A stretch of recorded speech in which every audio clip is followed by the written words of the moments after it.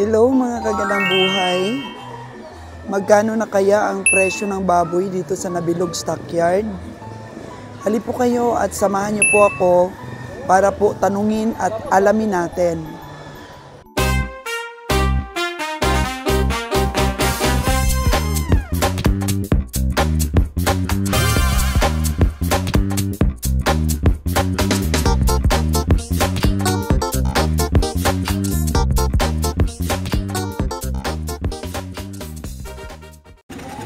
Nung nakaraan kasi mga kagandang buhay, pamigay sale na lang halos ang presyo ng biik dito.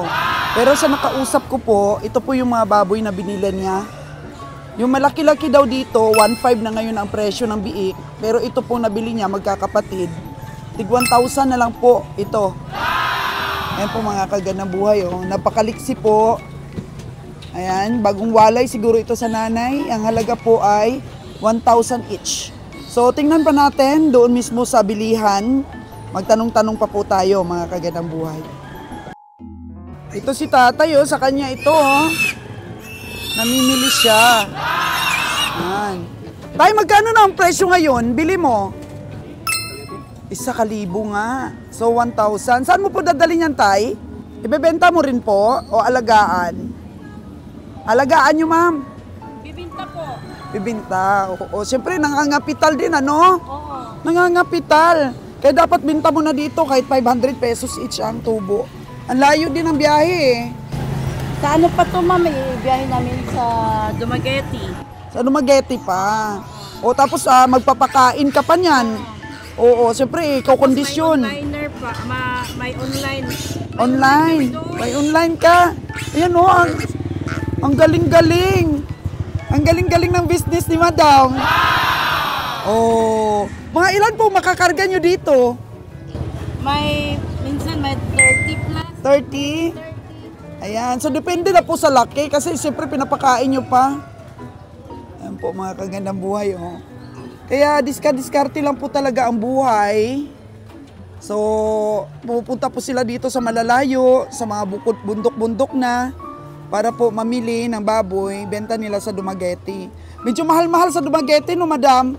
Eh, magkano lang din ang ano? Basta may ano lang. May tubo lang, di ba? Sa 30, gasolina nyo kaagad.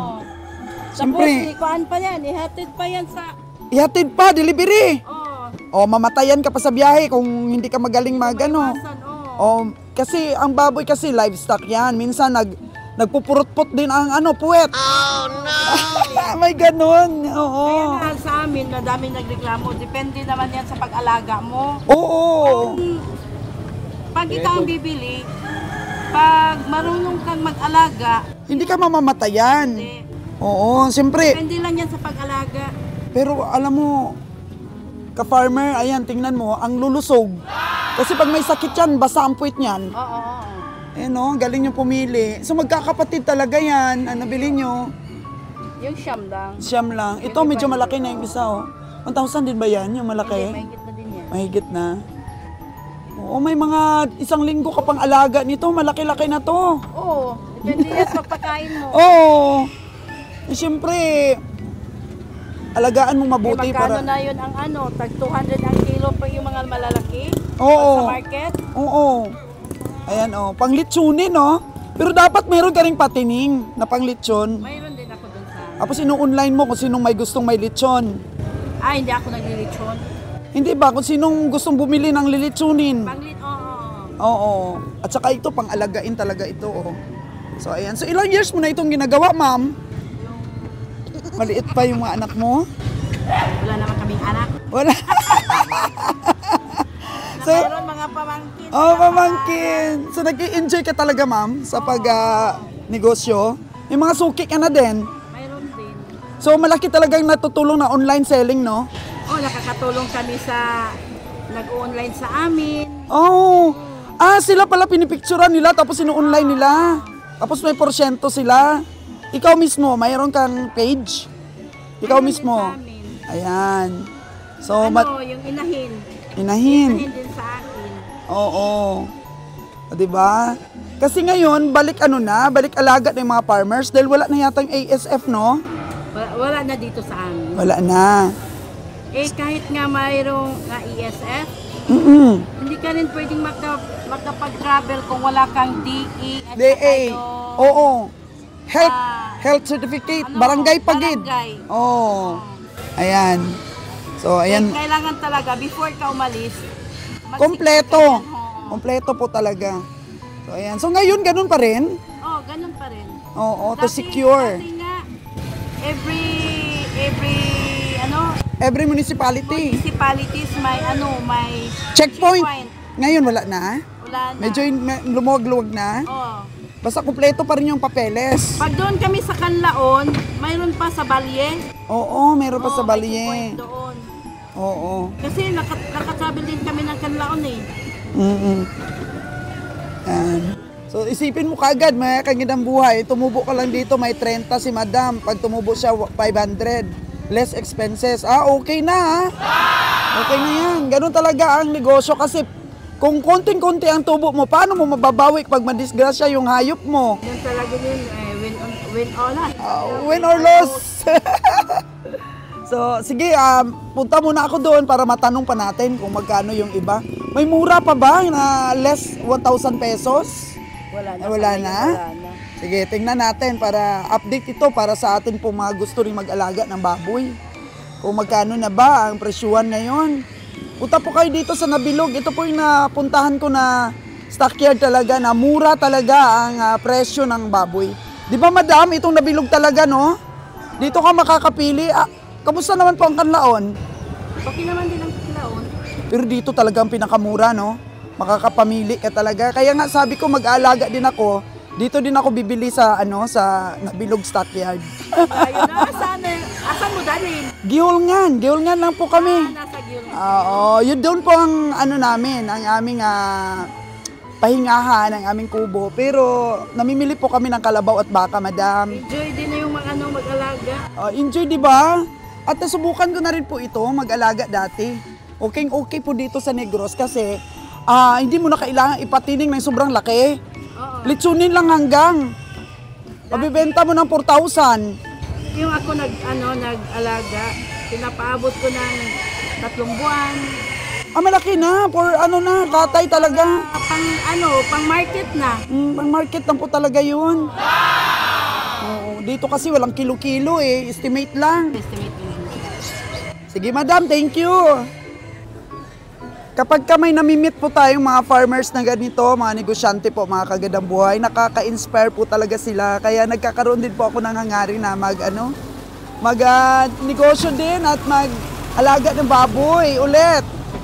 Madam, thank you nakaka-inspire po talaga. Yan. Kasi dito sa farming talaga, dito ang pera. Pag marunong ka lang po talaga. Oo. Kasi dito, volume po ang pera kapag nag-alaga ka po ng mga ganito, mga baboy, volume po. At napakaganda po talaga dito magnegosyo ng ganyan sa Negros. Sige, madam. Sa mga OFW natin dyan sa Negros, mga kagandang buhay, no? Kasi dito napaka-bless po ninyo dahil ang dami pong bumibili na taga Cebu na lilitsunin. Ang span po ng pag-alaga ninyo ng inyong mga baboy ay madali lang kasi pag litsunin, pwede nyo nang ma-dispose na sa 4,000 na kaagad. Halimbawa, tig 1,000 na ngayon ang presyo ng biik. Actually po, sa buong Pilipinas, siguro dito lang yung mga ganyan na presyo makikita. Kasi yung sa iba kasi, biik pa lang daw, nasa 5,000, 4,000, 3,000. Pero dito po, sa Negros, kung tunay ka po talagang negosyante, bibili ka ng tig 1,000, tapos alagaan mo, benta mo na ng 3,000. Di ba, Day, no? Day, benta mo yan? Oo. Gaano ba kalaki, Day? So, magkano na po ito? 1.5. 1.5 na ito kasi malaki-laki ito, Kas. Malaki-laki. Tapos ito, 1.5. 1.5 na rin, mga kagandang buhay. Ayan, medyo malaki-laki na kasi ito compare doon kanina na 1,000. So, sobrang mura, Kas, no? Sobrang mura. Mag-alaga na tayo doon sa barracks natin. Oo, mag-alaga ka. Bibili ka. Alaga ka rin ng sayo. Ayan po, mga kagandang buhay, si Kas daw. So, nakaka-inspire po talaga sa mga OFW natin dyan. Pwede kayong mamuhunan. Kasi pili-pili lang kayo dito sa stockyard na mga tig 1,000 lang. Tapos alagaan nyo po isang buwan at kalahati. Pwede nyo na pong mabenta ng 3,000 o mahigit pa. Yung kay Nalon nga, inalagaan niya lang ng isang buwan, 1,000 yung kanyang bili. Naibenta niya po ng 4,000 ang isa. So magkano na po ang tubo niya? Ilan lang ang kanyang na gastos sa sa pasaw or sa feeds. Nabinta niya ng 4,000. Isang buwan niya na alaga. Ito 1,300. Oh, malaki na ito. Malaki na. Kailangan na talaga nating paayos doon ang natin, kulungan. So yan ang project namin ni Cass. Pag-uwi namin doon sa aming barracks, paayos na talaga namin yung kulungan namin, magpagawa kami. Kasi yung na-feature ko po noon, na pwede tayong mag-alaga doon, ang dami parang may-ari noon, hindi lang pala yung pinagrentahan natin.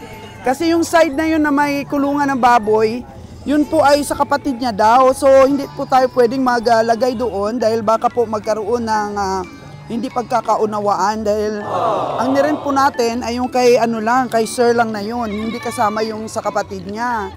So ang maganda po, magpagawa na lang ako ng sarili natin, ng sariling kulungan ko doon sa nirent ko talaga na lupa. Ayan malalaki na ito. Ito po yung mga sizes, mga kaganang buhay na panglitsunin.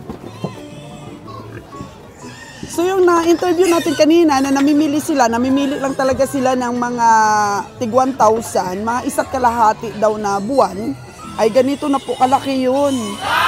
Ayan. So, pwede na nating ibenta ng mga ganito siguro po, nasa 4,000 na po ito. Or mahigit na po siguro. Ang ganito kalaki, baka mga 4,500 na ito.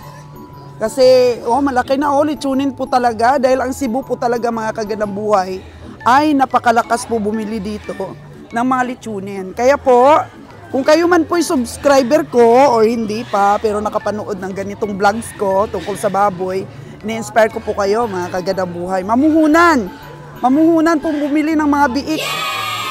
Kasi after 1.5 na buwan na pag-alaga, pwede na pong maibenta para po sa litsunin mga kaganang buhay. So medyo maaga pa po, ang oras po natin ay 6:00 pa lang. At konti pa lang po nakikita natin na baboy dito. Ito din pong stockyard na ito ng nabilog na marami rin pong kambing.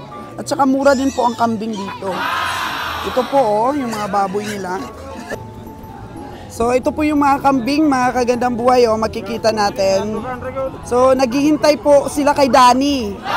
So natandaan nyo ba si Danny, yung komprador doon sa Basak na na-scoop natin? So hanggang dito po si Danny pa rin po ang malakas bumili ng mga kambing. Actually, ayun po yung sasakyan niya, medyo marami na po siyang nabili. Ayan. Marami na po siyang nabili So ayan po ang hanap buhay ni Danny talaga. Kahit sa stockyard po, makikita natin siya. Pangasinan po itong biyahe niya. Ayan. So naghihintay po ang ating mga farmers at ang ating mga ahinti para po masipat ni Danny ang kanilang mga kambing. Ayan po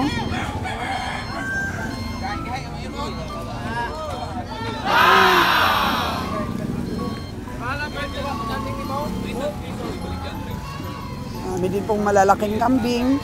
So medyo may presyo na rin po, pero dito po ang pinakamura talaga. No, insan po nakapag-vlogs na ako dito ng price. So marami pong naging interesado. Ayan ang lalaki na. Pwede bang malaman tayo kung magkano yung benta mo niyan? Wala pang may-ari. Ayan Si Danny rin ang sisipat yan siguro. Ayan po. So dami pong mga negosyante talaga everywhere.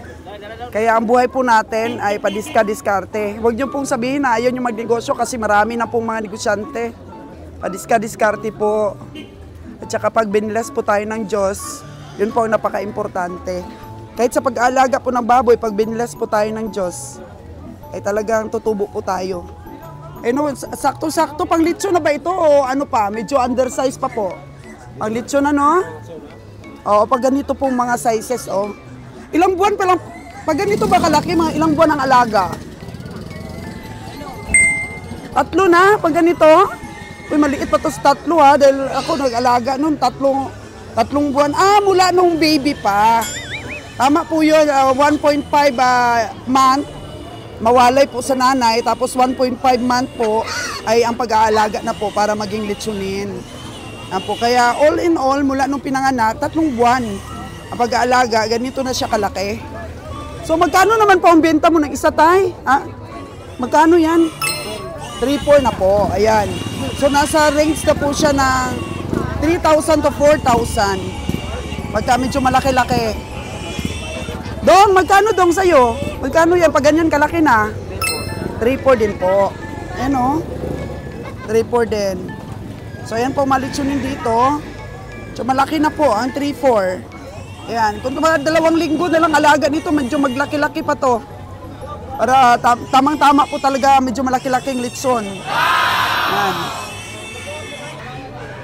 So, sa amin naman po sa Aklan, mga kagandang buhay, ganito po kalaki ang mga litsunin. Ayan o. Or medyo malaki-laki pa po dito ng konti.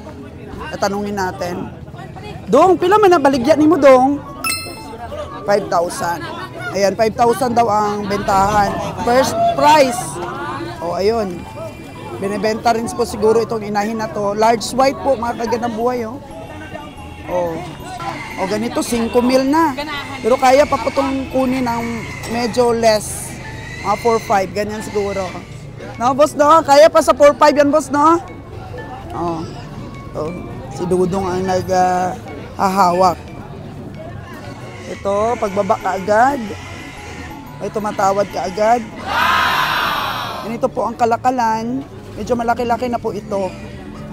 Siguro mahigit na tong mga 3,000 siguro yan. Magkano, Day? O, 3 nga. 3. Ay, yung medyo maliit-liit yung isa. Medyo, ganun pa rin. Medyo dalawahan sila.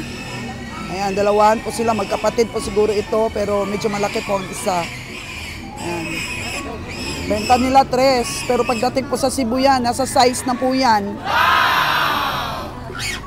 Sa size meal na po yan pagdating sa Cebu. Ang ganda oh. Dami rin.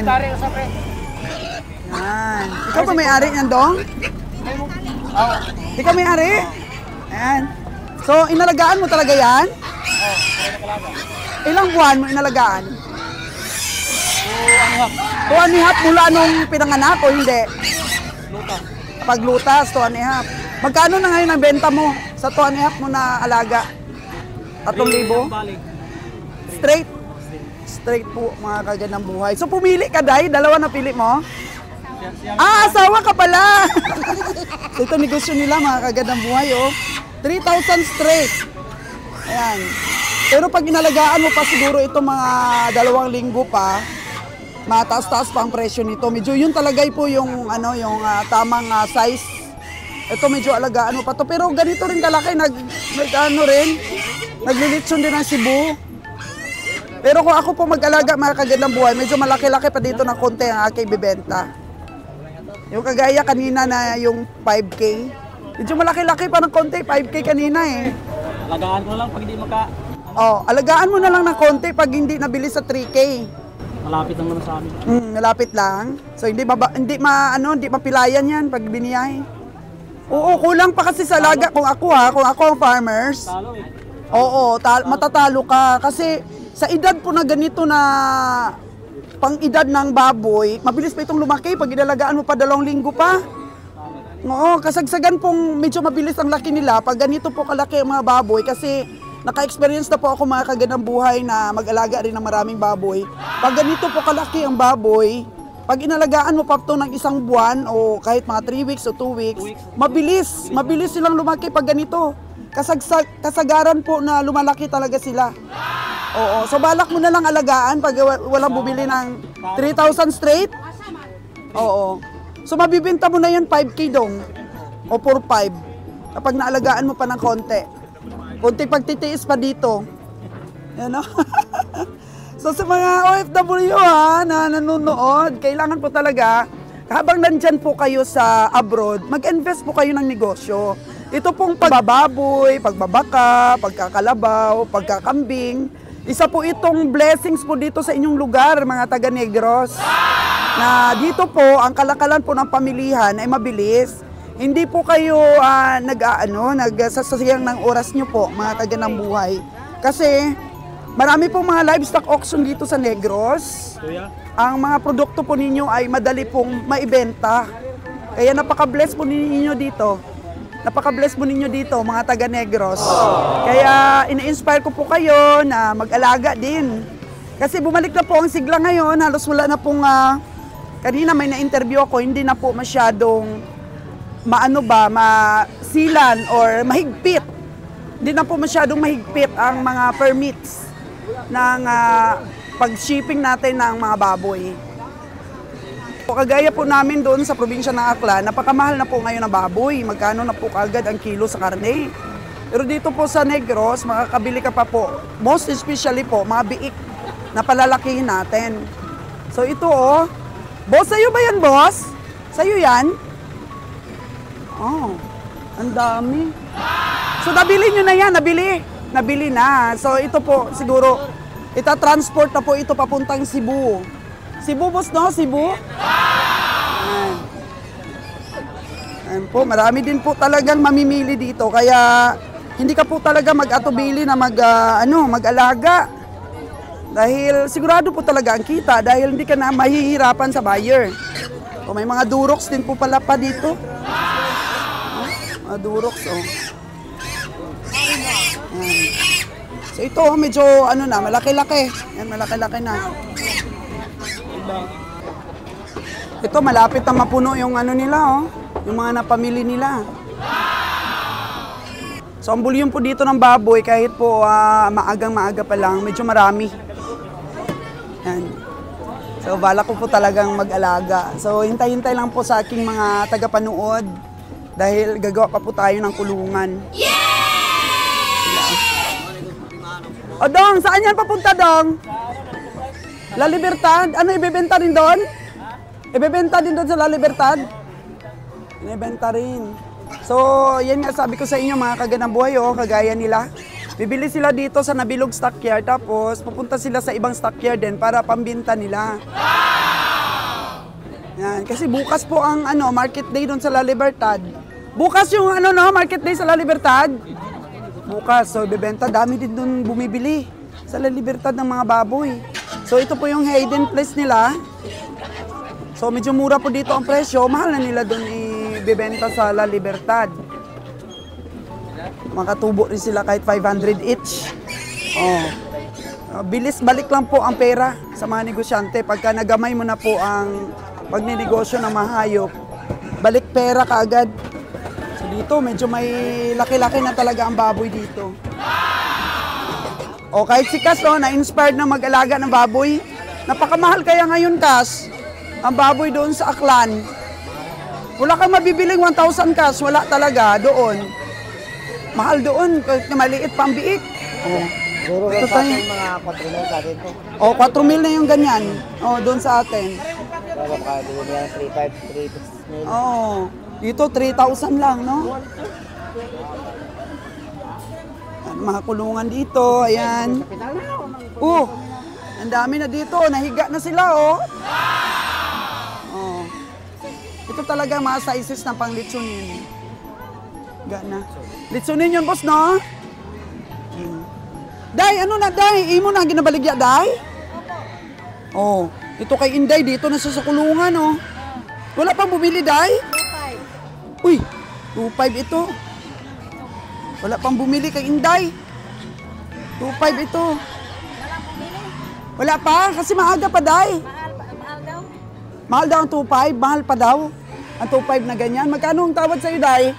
Ang tawad nila, 1,600. 1,600 lang, Day? Uy. 1,600. Kuridas, lahatan, 1,600. Lahatan, 1,600. Pero panalo ka na dito sa malalaki, Ako, kunin ko kagad tong Dalawa. Kunin ko kagad itong mga puti. Mahilig talaga ako sa puti. Yan, lahatan. Pero napag-uusapan pa rin ng presyo. Ang layo, 2,500 yung benta niya. 1,600 lang ang tawad sa'yo. Lugi na. Lugi talaga. Barato man ang hangyo. Sabaya. Oh. Ang last kuan, wato, 2,000. last. Ang last mo, 2,000. O, 2,500. 2,000 na lang daw, mga kagandang buhay. Kasi tinawaran na 1,600. 2,000. Alam, mura na ito sa 2,000. Mura na. Mura na, Kas. Kasi malaki na kasi.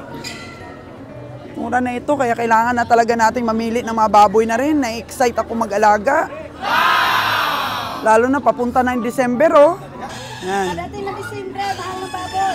Oh, mahal na baboy. Alagaan mo na lang, Day, kung binabarat. Yung mahal yung yung pagkain sa baboy. Oh, mahal din daw ang pagkain sa baboy. Kailangan ma-dispose nila maaga. Oo. Ayan po, mga kagandang buhay. Lalot sa yung inahin yan. Oo. Sa kanyang inahin. Yung inahin. Mas Dalawa. malaki yung pagkain, malakas kumain. Malakas daw kumain, kaya kailangan maibenta na. Ayan. So kung kayo po'y may puhunan dyan, pwede po kayong magpagawa ng magandang kulungan. Tapos, ma-OFW, paalaga nyo. Alaga nyo sa nanay nyo, sa kapatid nyo. Kailangan mag-put up po ng inahin talaga kasi mas tubo ka po kung sarili mo talagang inahin ang iyong aalagaan. And kung ayaw mo naman po ng inahin, edi magbantay ka dito, tig 1,000 lang na biik, palakihin mo. Yung maliliit ba? Yung bagong ano, Ito ng biig. hindi ng biik. Palakihin mo lang, tapos ganun lang, buy and sell lang. O, 2 buwan ng alagaan. Pwede na.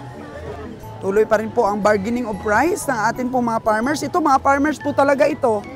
Yung nagbebenta. Kahit ano pong negosyo, mga kagandang buhay, tiyaga po ang kailangan natin at tibay ng loob.